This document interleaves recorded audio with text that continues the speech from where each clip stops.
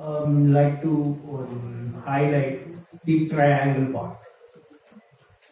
The triangle is regulatory authority, consumer, and food business operator. So if you make it a pakka triangle, we should balance. There should be a balance between these three. Any inches is gone down, then it will not be a triangle. So while making regulations, there should be a balance. Even for us also, because we have to enforce it. And for consumer also, because they are the ultimate people who buys the product. Then the food business operator who manufactures, who sells the product. So coming to the standardization and the regulation making, as we all know, in the first panel also people told that we do have scientific panels. No? For example, in FSSA at present 21 scientific panels are there, right? These are the scientific bodies. We can say in the standard making process, I can say that we used to follow science-based standards. What is that science? As based on the risk analysis principles.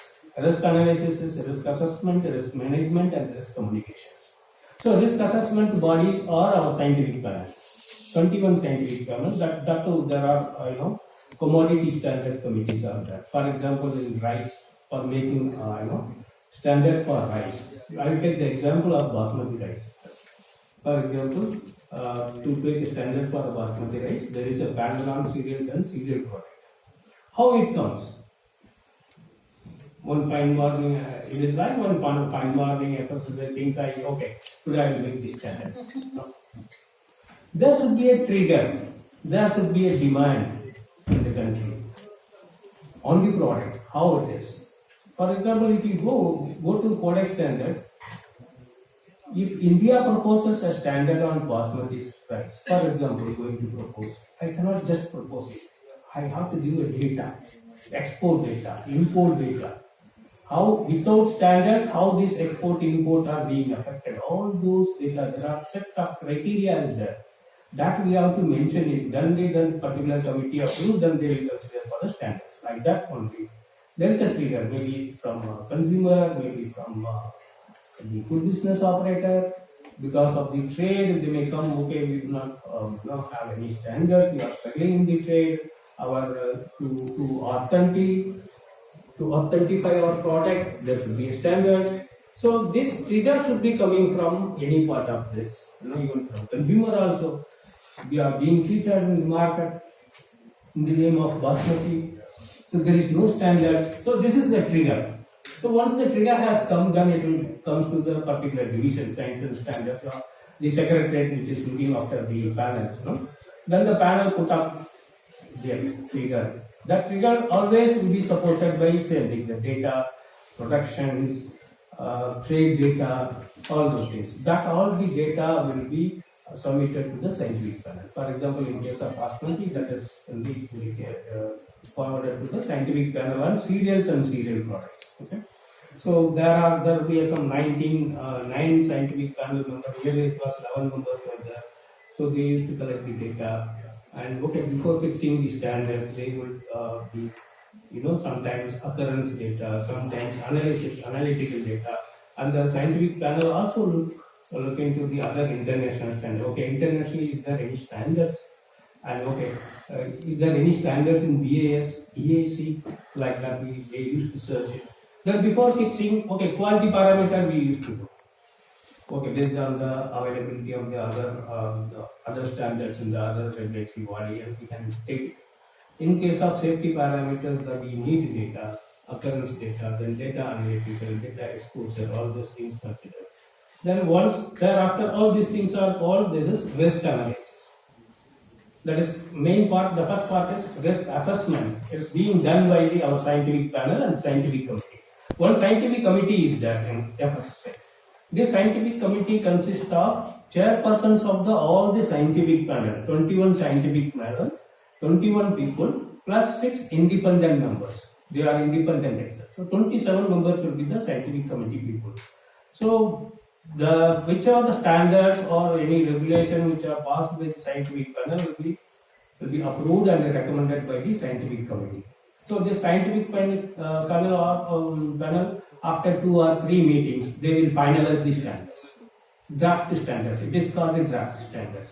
Then that draft standard will be forwarded to scientific committee. Scientific committee also discuss it. Then they will approve that standard. Thereafter, it will be forwarded to food authority.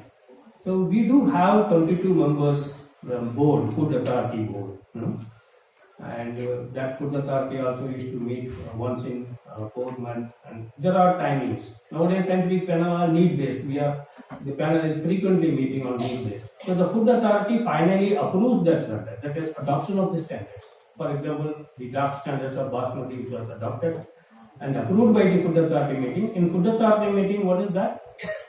There the food authority meeting, there will be a lot of representatives from industry also, from small scale industries and other industries and consumer associations and other ministries. All representatives are there. In front of them, these standards used to be discussed.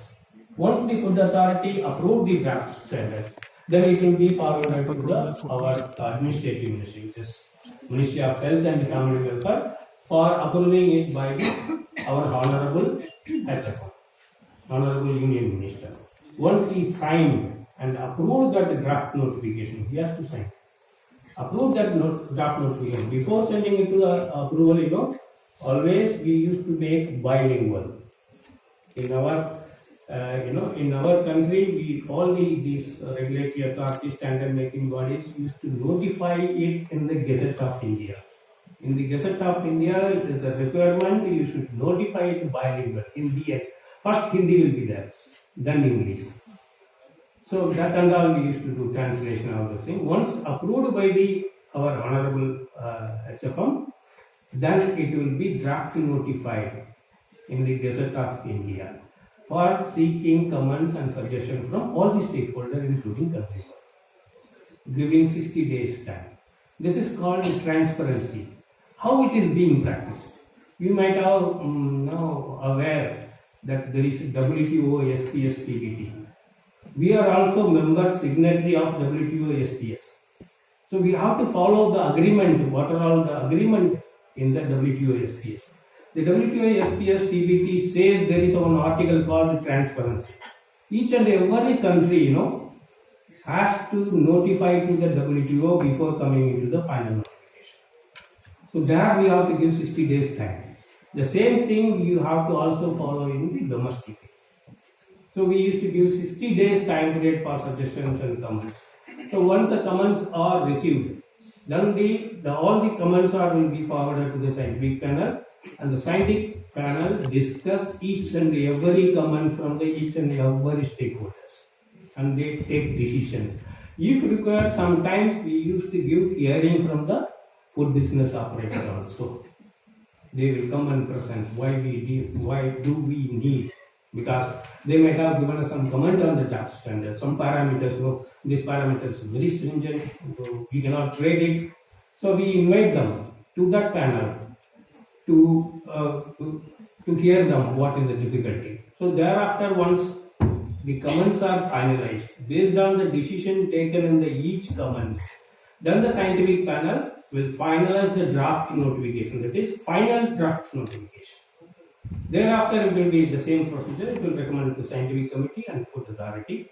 Here, in the final notification, there is one stage, interim stage is there. Then we used to send all the notification. We used to know we have to send the notification to the law ministry, legislative department for vetting the notification.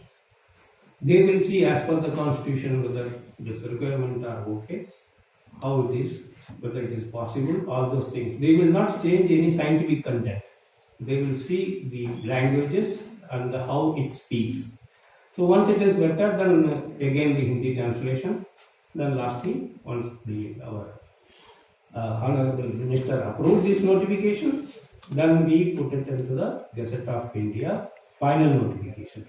There also, if there are immediate requirement, there is a major demand, we will say that it will come into force with the immediate effect of the notification. Otherwise, we will used to say that the notification is forced and the compliance will be so and so. After the 6 months time, we used to also give some transition time. So this is how the standards are made and enforced through regulation. Thank you.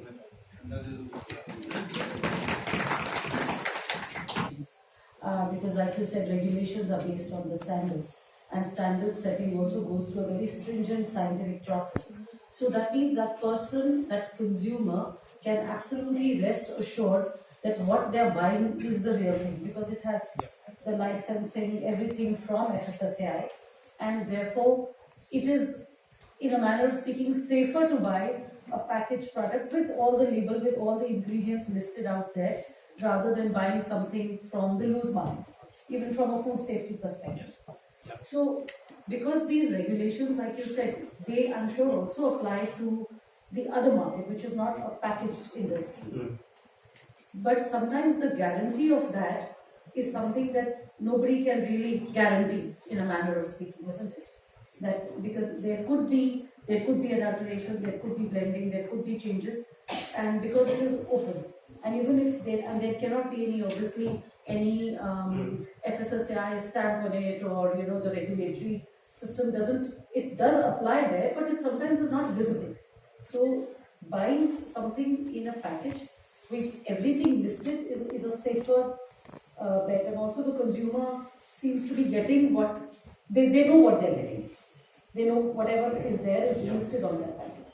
So thank you for that, because I think the regulatory framework at times seems to be a very grey and an unknown area, and you've shed a lot of light on it, telling us that it has been very transparent. It is a long drawn out process. It is done by various committee members. It takes, and I really like the triangle example that you gave. It's FBOs, the consumer, and the regulator. So all three cannot obviously exist without the other.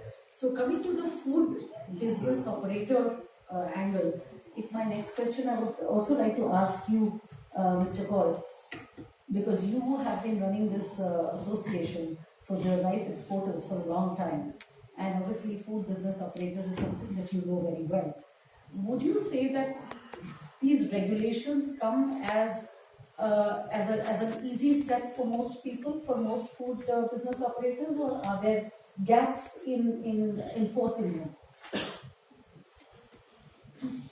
First of all, thank you, organizers, for having considered me for this meeting.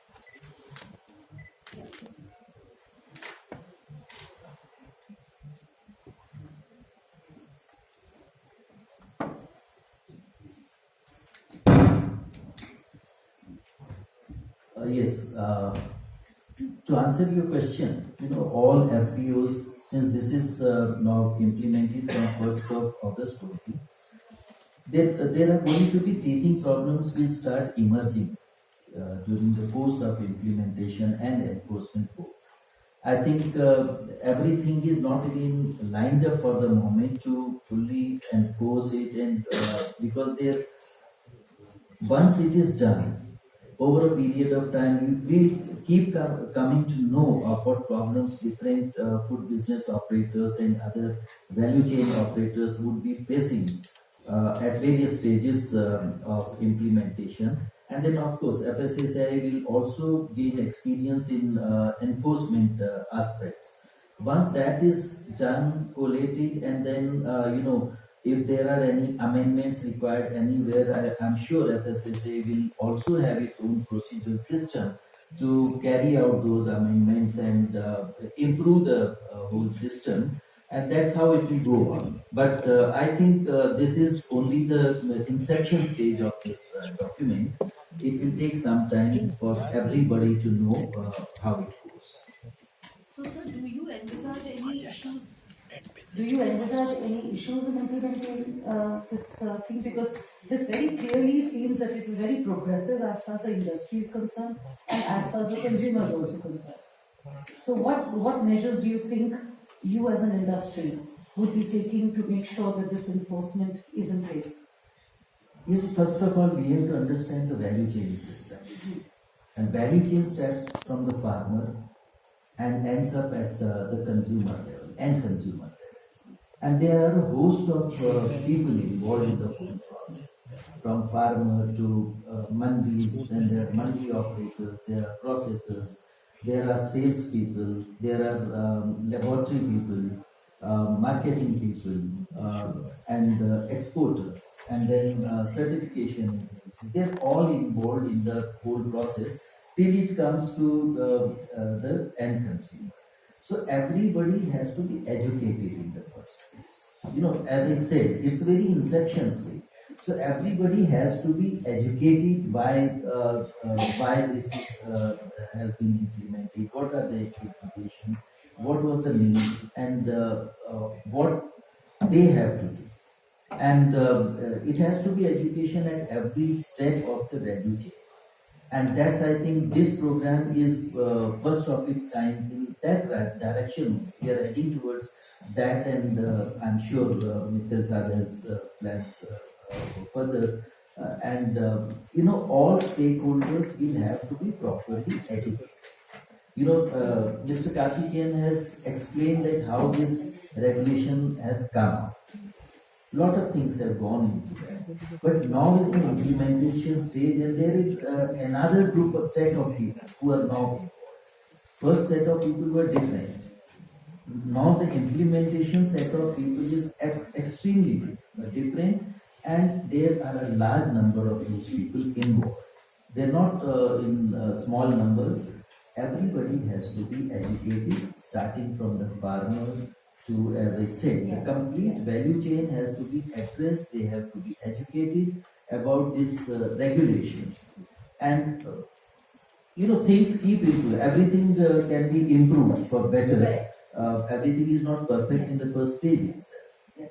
So, taking from that, Mr. Karthikeyan, my next question also again is to you, because he said everybody needs to be educated, and he's also speaking of the farmers. So while setting these regulations, these particular regulations, what did you think of in terms of farmers, the economy, their growth, their movement from where they were to now? Because the first basmati rice, I think, was promoted and created as a special rice, as a special grain many years ago.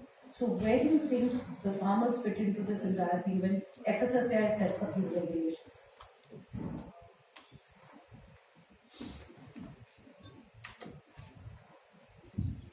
So, first of all, as per our Act, farmers are excluded from the ambit of Act. Those, except few conditions we have given. If the farmers comes to the market and trading, then he has to take a license.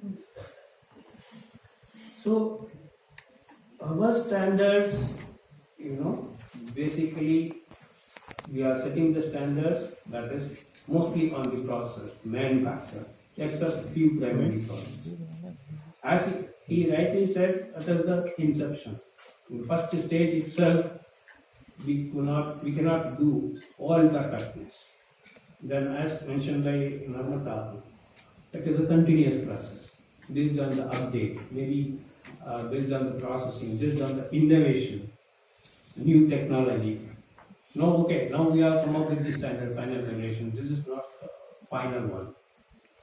If there are update and there are some innovation or there are some concept, we can, for example, chalky rice there. We are given some limit for chalky rice. Then sometimes industry comes or consumer says, we can control this chalky rice, we can improve. Then we can revise that standards also. This will be done through amendment. Even Act also, rules, regulations which are legal, this can be amended. Our food product and standards regulations gone through more than 100 amendments. Based on the requirement of the industry only. If they have come up with the scientific rationale behind that, we need to change the standards. We'll propose with the same procedure, but it will come as an amendment. This will supersede or this will change or this will substitute the earlier parameters as and well the field goes. For example, in Codex also, the same thing is to be done. That standard setting procedure is different. There is 5-step procedure, 8-step procedure, because there member countries used to do.